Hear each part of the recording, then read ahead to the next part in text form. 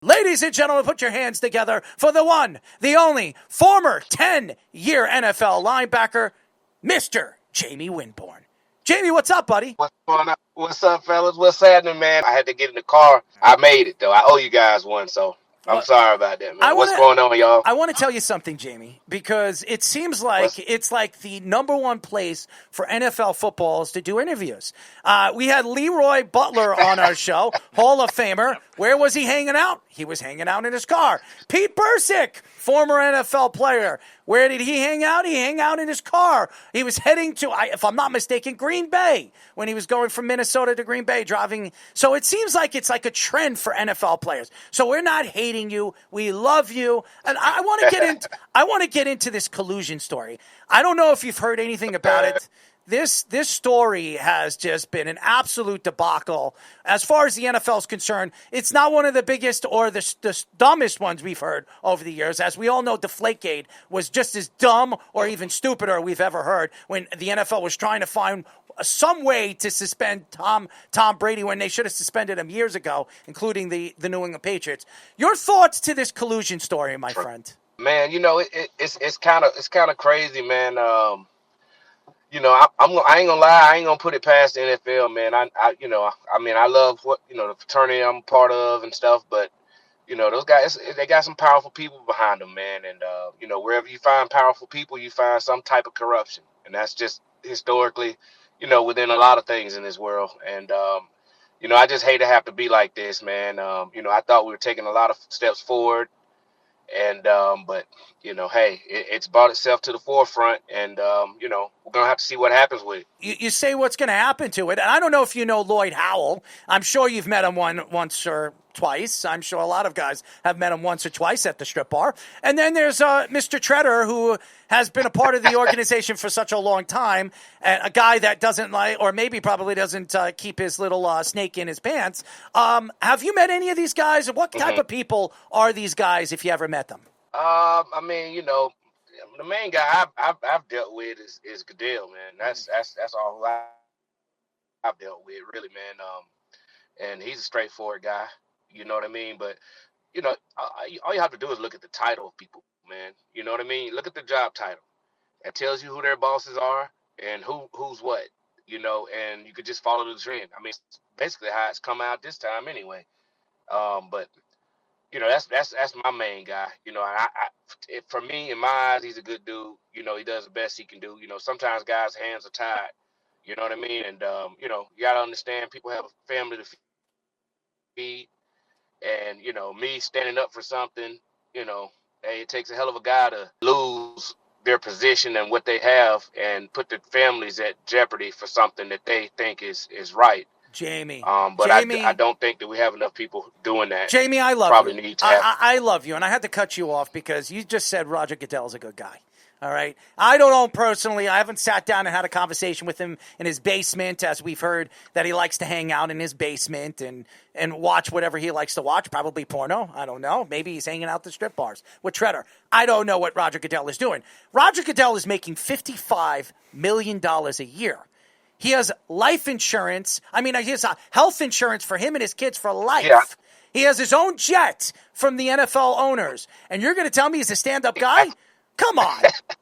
How stand-up could you be? You're making all that kind of money. No. I mean, you got to look at it like this. No. That's what I was saying. If the last part that I said, as stand-up as he can be. But look at the title. He works for the masses. He works for the owners. I mean, for the National Football League. And I mean, and what is that made up of? That's made up of owners, right?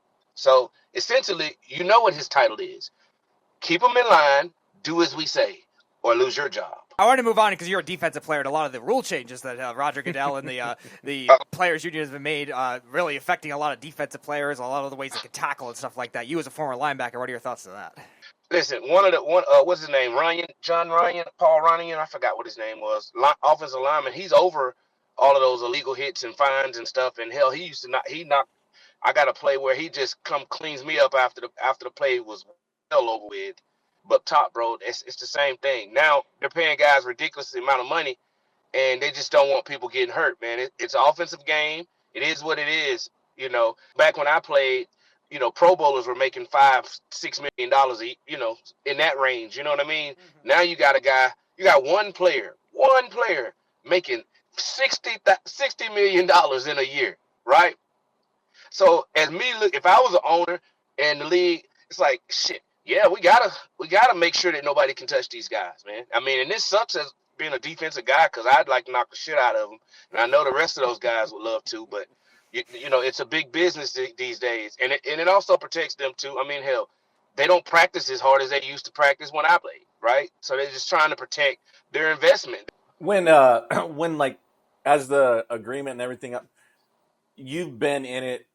How much say does the player actually have, or does their opinion matter when it's a new rule or something comes into place? Like, how much are you guys heard, or do they just do it because they have to?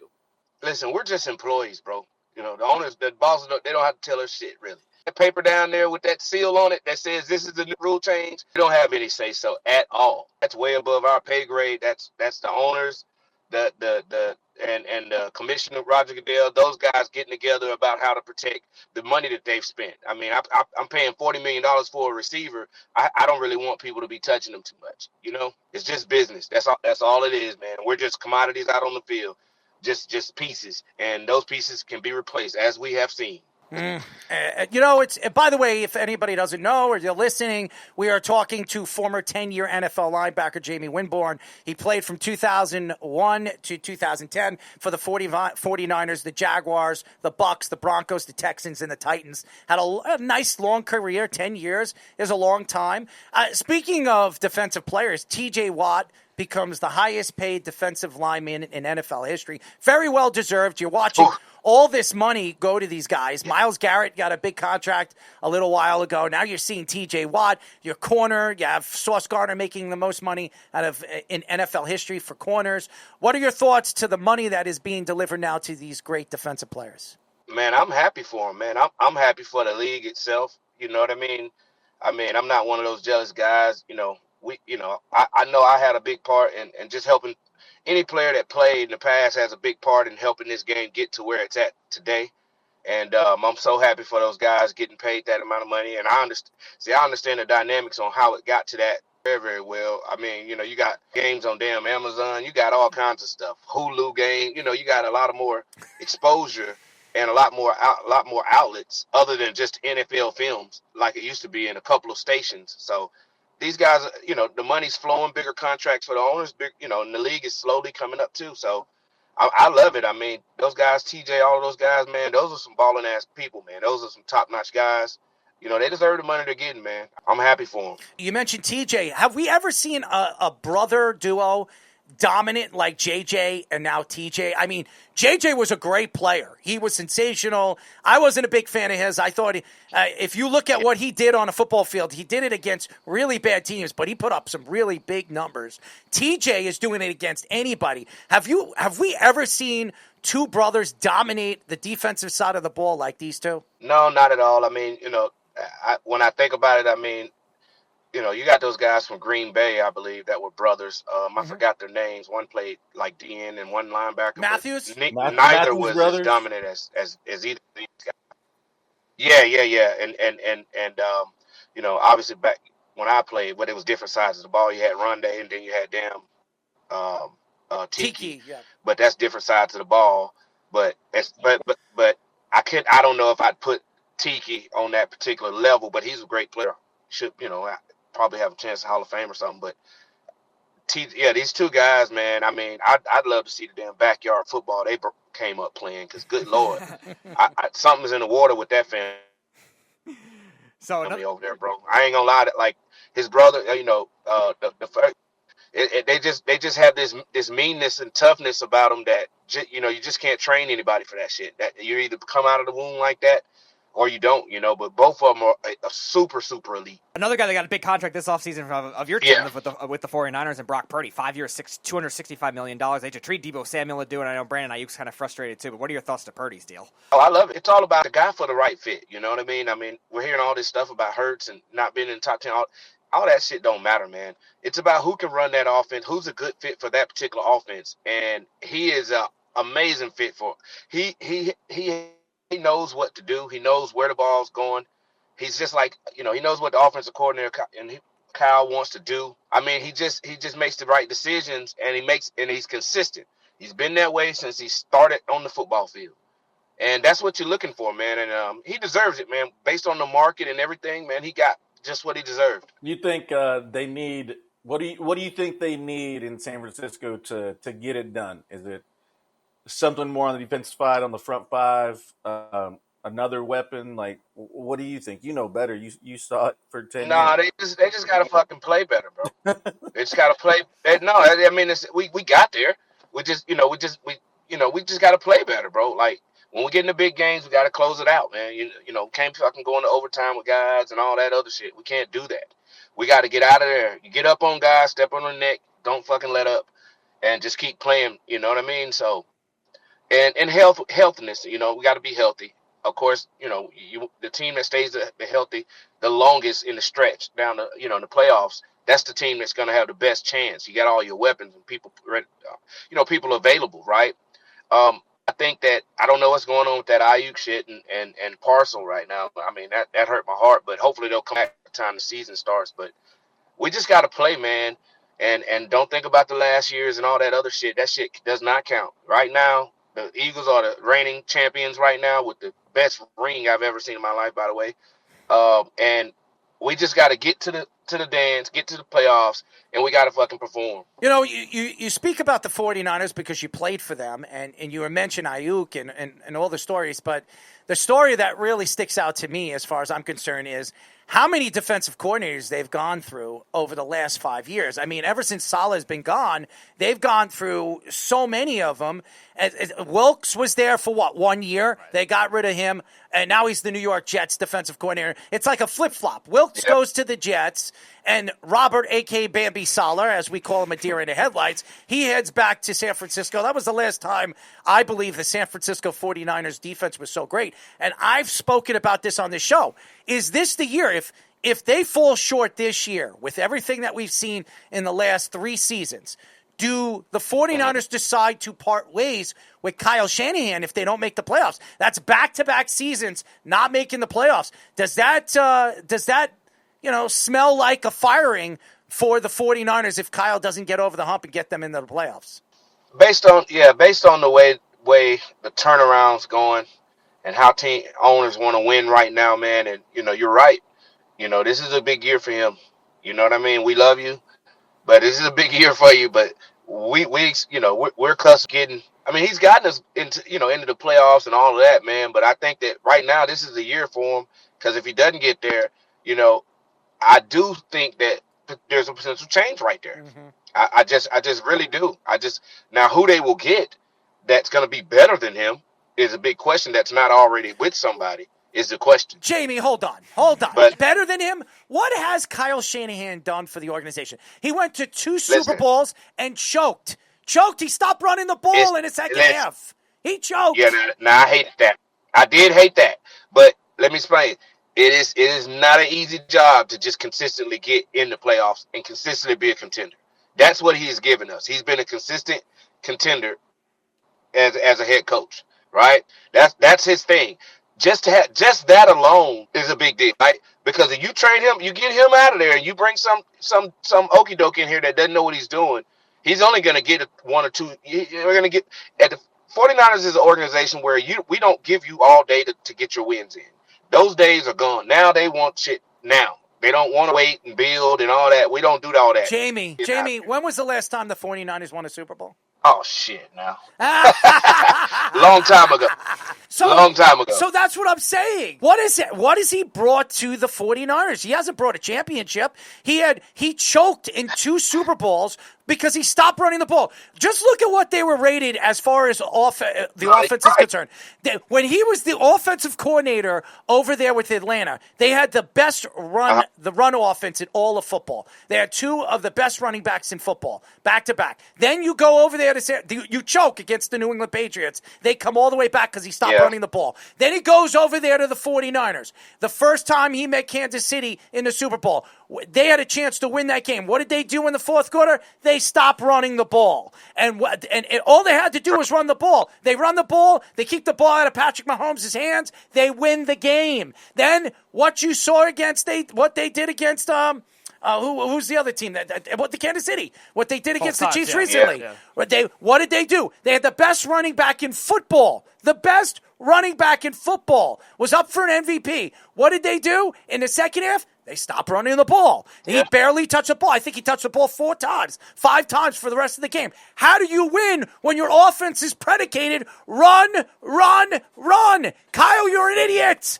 I think Kyle Shanahan should have been fired this offseason. The guy's a complete jackass. Everybody has a love fest for him. You got Fish. You got everybody. You had Owen. Every single person on this damn panel of show loves this guy, and he hasn't won diddly squat.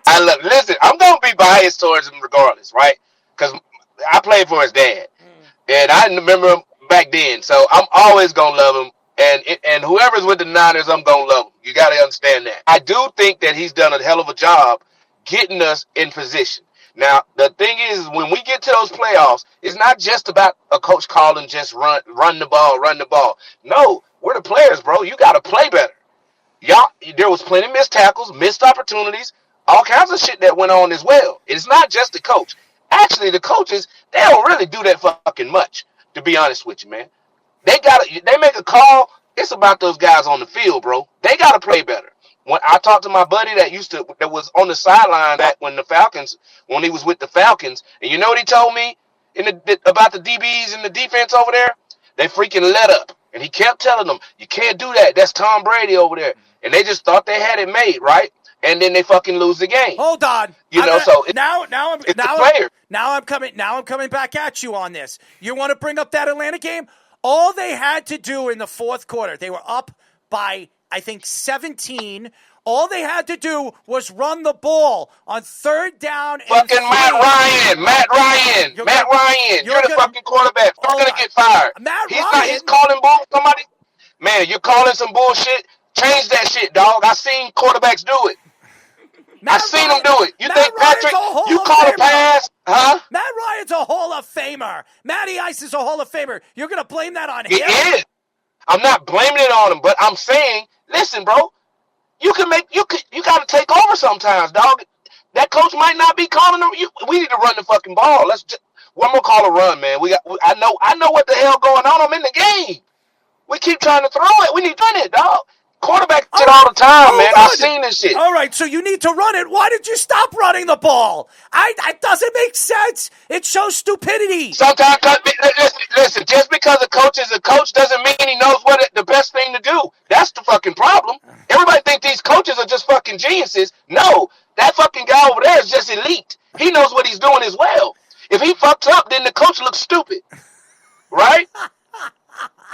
I can make the coach look really good if I intercept the ball. Come on, dog. You know how it is. I make an interception for 6 and win the game. Coach didn't make that fucking call. He was on the sideline. So, hey, sometimes the players, you got to play better. And you can't just pick one play. No, you got to go back in the game, dog. Everybody could have did something better, man. You win as a team, you fucking lose as a team. Yeah, well. That's the way I look at it. And the coach, I can't put too much on those guys. You know, I'm not with that. Players play better.